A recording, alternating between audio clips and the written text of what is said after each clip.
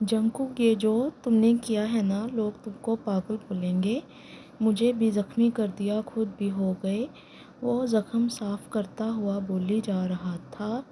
ٹیانگ اس کو گھور کر دیکھ رہا تھا۔ ٹیانگ اس کو گھور کر دیکھنے لگا۔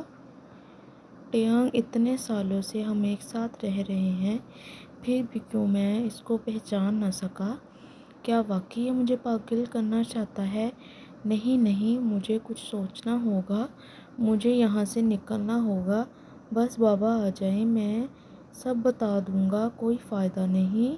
جنگکوک کی بات پر وہ اپنی سوچ سے باہر آیا۔ کیا واقعی یہ مجھے پاگل کرنا چاہتا ہے؟ نہیں نہیں، مجھے کچھ سوچنا ہوگا، مجھے یہاں سے نکلنا ہوگا۔ بس بابا آ جائیں، میں سب بتا دوں گا، کوئی فائدہ نہیں۔ جنگکوک کی بات پر وہ اپنی کوئی فائدہ نہیں اتنا سوچنے کا۔ خیر، اب میں ذرا باہر جا رہا ہوں، اور اگر شور مچایا تو مجھ سے برا کوئی نہیں ہوگا۔ کوئی ایسی ویسی حرکت کی تو میرے ساتھ گزاری راتیں یاد کر لینا، میں اس سے بھی برا پیش آؤں گا۔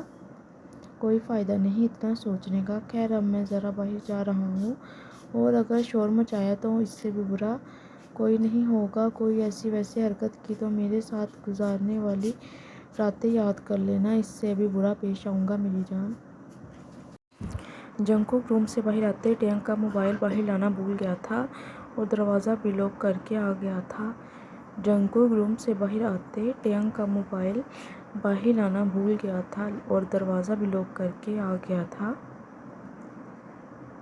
ٹیانگ نے اٹھ کر روم کی ایک ایک چیز کو اس کی جگہ سے ہٹا دیا، اور جیسے جیسے چیزوں کو پھینک رہا تھا، اس کی چیخ بلند ہو رہی تھی۔ جب تھک گیا تو بیٹھ کر زمین پر رونے لگا۔ کتنی اچھی زندگی تھی اس کی، پھر کیوں کسی وحشت کے نظر ہو گئی؟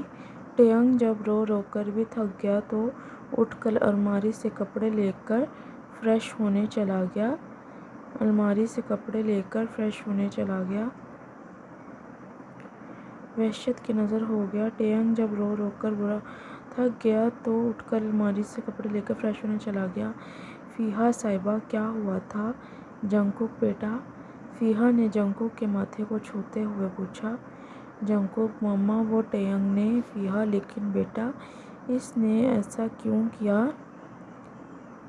کیا ہوا تھا جنگکوک بیٹا؟ فیہا نے جنگکوک کے ماتھے کو چھوتے ہوئے پوچھا۔ جنگکوک ماما، وہ ٹیانگ نے۔ فیہا، لیکن بیٹا اس نے ایسا کیوں کیا؟ جنگکوک بابا، ماما میں نہیں چاہتا۔ وہ جیسے ہی اٹھا تو مجھے کہنے لگا تم نے مجھے اغوا کیا ہے، تم نے مجھے اغوا کیا تھا۔ ٹیانگ نڈال صوفے پر بیٹھ گیا۔ فیہا صاحبہ ان کو تسلی دینے لگی۔ ان کے پاس آئی۔ فیہا، آپ پریشان نہیں ہوں کیم صاحب، وہ صدمے میں ہے، وہ جیسے جیسے وقت گزرے گا وہ بالکل ٹھیک ہو جائے گا، پہلے جیسا۔ فیہا، آپ پریشان نہیں ہوں کیم صاحب، وہ صدمے میں ہے، وہ جیسے جیسے وقت گزرے گا وہ بالکل ٹھیک ہو جائے گا، پہلے جیسا۔ نہیں فیہا، اب میرا بچہ کبھی نہیں پہلے جیسا ہوگا۔ کیم صاحب اٹھے اور سیڑھیوں کی جانب بڑھے، اور جنگکوک بھی ان کے پیچھے چلا گیا۔ نہیں فیہا، اب میرا بچہ کبھی نہیں پہلے جیسا ہوگا۔ کیم صاحب اٹھے۔ کیم صاحب نے جیسے ہی روم کا دروازہ کھولا تو ٹیانگ نے دیکھے بنا ہاتھ میں پکڑا چھوٹا سا گلدان ان کی جانب اچھالا، جسے جنگکوک نے بروقت کیچ کر لیا۔ ٹیانگ نے جیسے بنا ہاتھ میں پکڑا چھوٹا سا گلدان ان کی جانب اچھالا، جیسے ہی جنگکوک نے بروقت اس کو کیچ کر لیا۔ ٹیانگ بابا، ٹیانگ اپنے بابا کا منہ دیکھ کر رونے لگا اور آگے بڑھ گیا، لیکن جنگکوک نے آگے بڑھ کر اس کا بازو تھام لیا۔ ٹیانگ بابا، ٹیانگ اپنے بابا کا منہ دیکھ کر رونے لگا اور آگے بڑھ گیا۔ جنگکوک، ٹیانگ ہوش کرو، وہ تمہارے بابا ہیں۔ بابا مجھے بچا لیں، مجھے یہ پاگل کر دے گا، مجھے مار دے گا۔ بابا پلیز، مجھے اس سے بھی مجھے کڈنیپ کیا تھا۔ بابا میرا یقین کریں بابا، بابا مجھے بچا لیں، مجھے یہ پاگل کر دے گا۔ مجھے مار دے گا بابا، پلیز بابا، اس نے مجھے کڈنیپ کیا تھا۔ کیم صاحب نے آنکھوں سے پلٹ کر دیکھا تو روم کی حالت خراب تھی، تو ان کو جنگکوک کی بات پر یقین آ گیا۔ ٹینگ، بابا پلیز ایک بار میری بات سن لیں، بابا پلیز۔ ٹینگ کا رونا چلانا کسی کام نہیں تھا یا کیم صاحب نیچے جا چکے تھے۔ ٹینگ، بابا پلیز ایک بار میری بات سن لیں، بابا پلیز۔ ٹینگ کا رونا چلانا کسی کام کا نہیں تھا۔